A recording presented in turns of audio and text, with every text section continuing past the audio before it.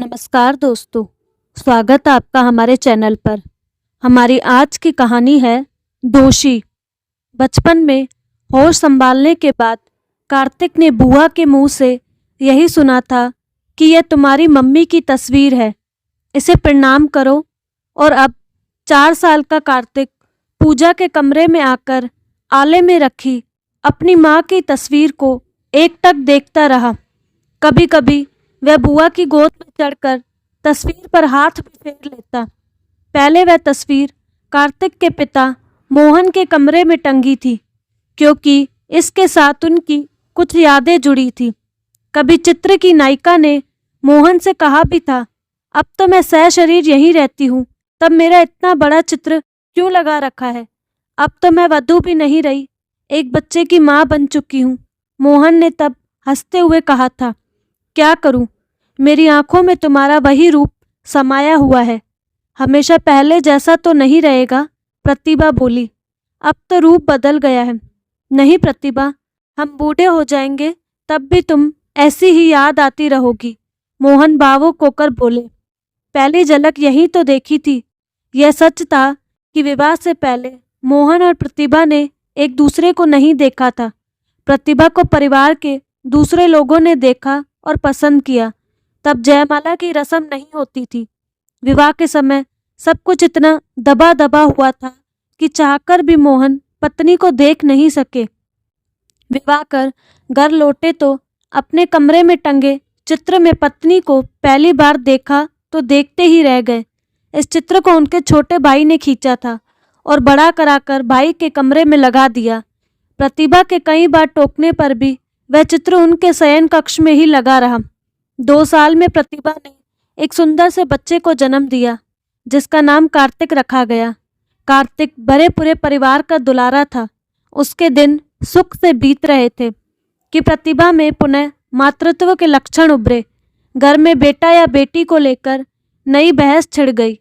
दादी कहती कि एक और बेटा हो जाए तो कार्तिक को भाई मिल जाएगा, दोनों भाई उसी तरह साथ रहेंगे जैसे मेरे मोहन और सोहन रहे। बुआ पूछती, माँ क्या भाई बहन के सुख दुख की साथी नहीं होती। इस तरह के हास परिहास से 6 महीने बीत गए कि अचानक एक दिन प्रतिभा अपनी साड़ी में उलझकर सीढ़ियों से लुढ़कती हुई नीचे आ गिरी। बच्चा पेट में ही मर गया। प्रतिभा की चोट गहरी थी, उसे भी बचाया नहीं जा सका। प्रतिभा का वधू वेश में लिया चित्र पहले जहाँ टंगा रहता था, उसकी मृत्यु के बाद भी वहीं टंगा रहा। नन्हा कार्तिक पूछता तो बुआ बहलाते हुए कहती, मम्मी अभी फोटो में से निकलकर आसमान में घूमने गई है। कैसे? प्लेन में बैठकर। हाँ बेटा। बुआ, मम्मी घूमकर कब आएगी? बस 1-2 दिन में आ जाएगी। मोहन के विरोध पर उनका विवाह टल गया। उस दौरान कार्तिक की बुआ सलोनी भी शादी करके ससुराल चली गई। कार्तिक की दादी को गृहस्थी संभालना पहाड़ लग रहा था, क्योंकि बहू और बेटी के रहते हुए उनमें निश्चिंतता की आदत पड़ गई थी। दादी मजबूरी में घर तो संभाल रही थी, पर बेटे व पोते की तकलीफ जब देखी नहीं गई तो उन्होंने मोहन से फिर पर शादी करने का दबाव बनाकर यह सोचा कि पत्नी आने के बाद कार्तिक की देखभाल हो जाएगी और मोहन का भी मन लग जाएगा। मोहन भी पहले थोड़ा टाल मटोल के बाद फिर से विवाह के लिए तैयार हो गए। मोहन की वकालत अच्छी चल रही थी। अपना बड़ा सा मकान था। पिता भी शहर के जाने माने वकीलों में से थे। उनके विवाह के 5 वर्ष छोड़ दिए जाए तो सब तरह से वे सुयोग्य वर थे। एक बेटा था तो उसे भी देखने वाले बहुत लोग थे। मोहन की फिर से विवाह की तैयारी होने लगी। चढ़ावे के लिए नई साड़ियाँ और गहने। प्रतिभा के गहने भी थे, जिन्हें नई बहू को देने में किसी को आपत्ति नहीं हो सकती थी, मगर सलोनी ने यह कहते हुए कि प्रतिभा भाभी के कुछ गहने चढ़ावे पर नहीं जाएंगे, अलग रख दिए। तुम्हारा मन है तो बाकी मुंह दिखाई में दे देंगे, माँ ने दुलार से कहा। मांग टीका और नथ तो अभी चढ़ावे के समय जाने दो। नहीं माँ, इन्हें भी अलग ही रहने दो, बेटी सोनाली बोली। सब कुछ मुझे कार्तिक के विवाह में देना है। दुलार भरी हंसी से माँ ने कहा, कार्तिक की बहू के लिए पुराने गहने? अरे पगली, तब तक कितना नया चलन हो जाएगा। सोनाली मचलते हुए तब बोली, अम्मा यह सब अलग ही रख ले, वह लहंगा चुनरी भी, सभी कुछ मेरे कहने से। लाडली बेटी की बात अम्मा ने मान ली और बहू मालिनी के लिए सब कुछ नया सामान चढ़ावे में भेजा गया। अम्मा ने टोका अवश्य था कि बेटी, नई बहू क्या कार्तिक को उसका हिस्सा नहीं देगी? आखिर उसका हिस्सा तो रहेगा ही, उसके अपने भी तो होंगे। अम्मा यह सब अलग जमा कर दे। माँ के मन में विवाद उठा। लड़की अपने लिए तो कुछ नहीं कह रही, पर भतीजे के लिए ममता का यह रूप भी किसी को अच्छा नहीं लग रहा था। विवाह हुआ, शयन का सजा। कुछ याद करते हुए माँ ने आदेश दिया और उस दिन प्रतिभा का वधू वेश में सालों से टंगा चित्र वहां से हटकर पीछे के एक कमरे में लगा दिया गया। सोनाली ने देखा तो वह विचलित हो उठी और वहां से हटाकर तस्वीर को पूजा के कमरे में लगाने लगी। कार्तिक ने तोतली आवाज में पूछा, बुआ क्या कर रही हो? मम्मी ऊपर से आएंगी तो रास्ता भूल जाएंगी ना। मम्मी आ गई है। यह कहते हुए सोनाली ने कार्तिक को नववधू मालिनी की गोद में बिठाया तो वह यह कहते हुए गोद से उतर गया, नहीं, यह मेरी मम्मी नहीं है।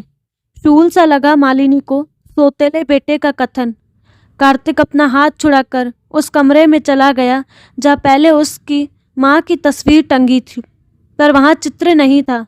अरे मम्मी कहाँ गई? करुण स्वर चित्कार कर उठा। देखो कार्तिक, यह है मम्मी, तुम भूल गए?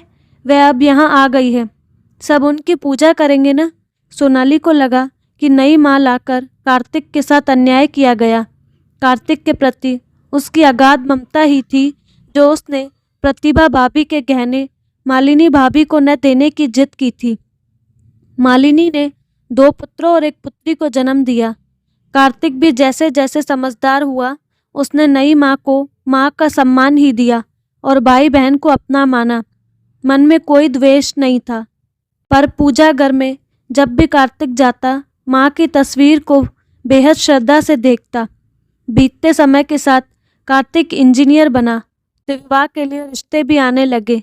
उसकी राय मांगी गई तो प्रोफेसर की बेटी गिन्नी उसे पसंद आई।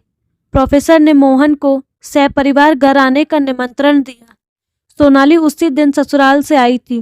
बोली, मैं भी भाभी के साथ लड़की देखने चलूंगी।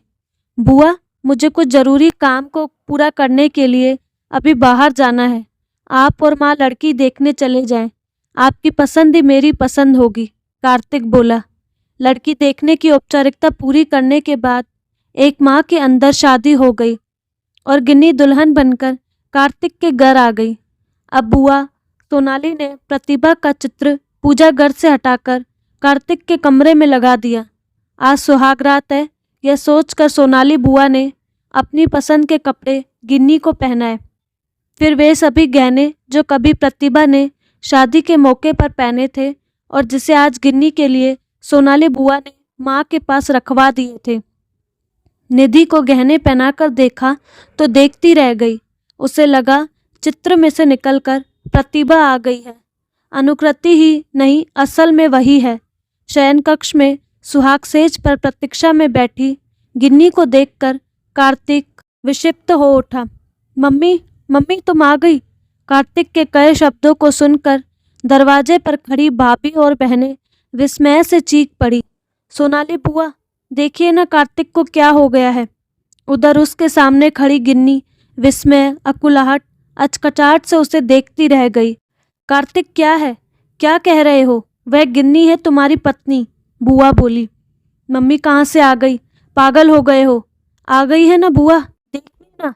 विस्मय, आश्चर्य, अनहोनी के डर से कांपती बुआ अपने को अपराधी मानती हुई कार्तिक को घसीटकर गिन्नी के पास कर आई और गिन्नी का हाथ उसके हाथ में देते हुए बोली, कार्तिक, यह तुम्हारी पत्नी है। नहीं बुआ, बुआ का हाथ झटक कर गिन्नी बोली, इन्होंने मुझे मम्मी कहा। मैं दूसरे संबंध की कल्पना नहीं कर सकती। मैं इनकी पत्नी नहीं हो सकती, कहकर वह दूसरे कमरे में चली गई। परिवार के बड़े बूढ़ों के साथ दोस्तों और रिश्तेदारों ने भी गिन्नी को समझाया कि वैदिक मंत्रों के बीच तुमने 7 फेरे लिए हैं तो कहे कि रिश्ते का क्या मूल्य है। बेटी, उसे नाटक समझकर भूल जाओ। इस बीच गिन्नी मायके गई तो फिर ससुराल आने का नाम ही नहीं लेती थी। तब घरवालों ने ऊंच नीच समझाकर उसे किसी तरह ससुराल भेज दिया।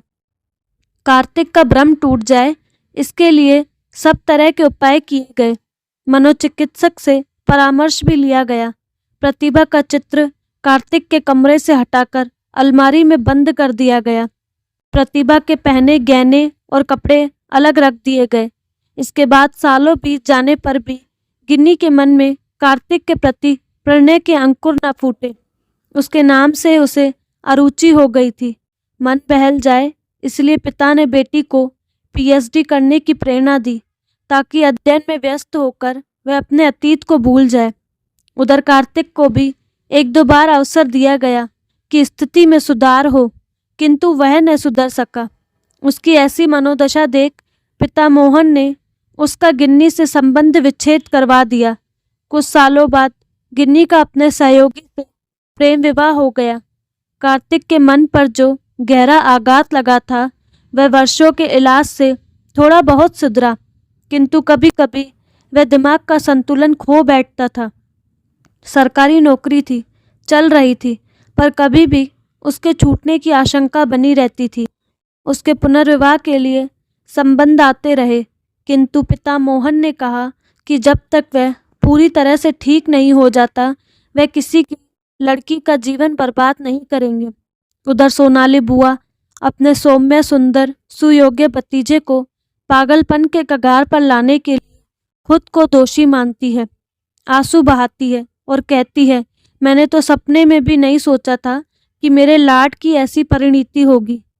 कार्तिक की बुआ ने जो किया, क्या वह सही था या गलत? अपनी राय कमेंट बॉक्स में ज़रूर बताइएगा। साथ ही हमारे चैनल को लाइक, शेयर एंड सब्सक्राइब करना ना भूलें। धन्यवाद।